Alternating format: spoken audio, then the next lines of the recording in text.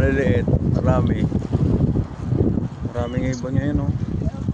Nasa tubig. May malalaki yan. Malamang. Sa ilalim nga lang siguro, sa ibabaw. Sana meron. Maraming mga ibon sa aming spot. Ayan, oh.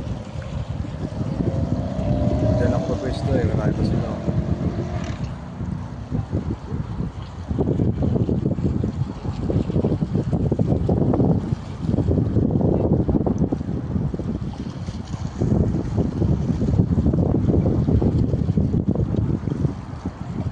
Tama na muna yan. Mag-ano muna ako.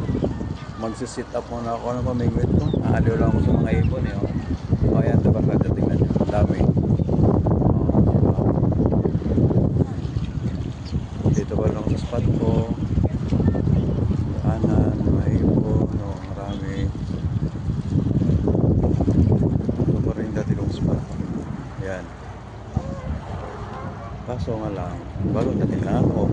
O yan. Sige na, bye-bye.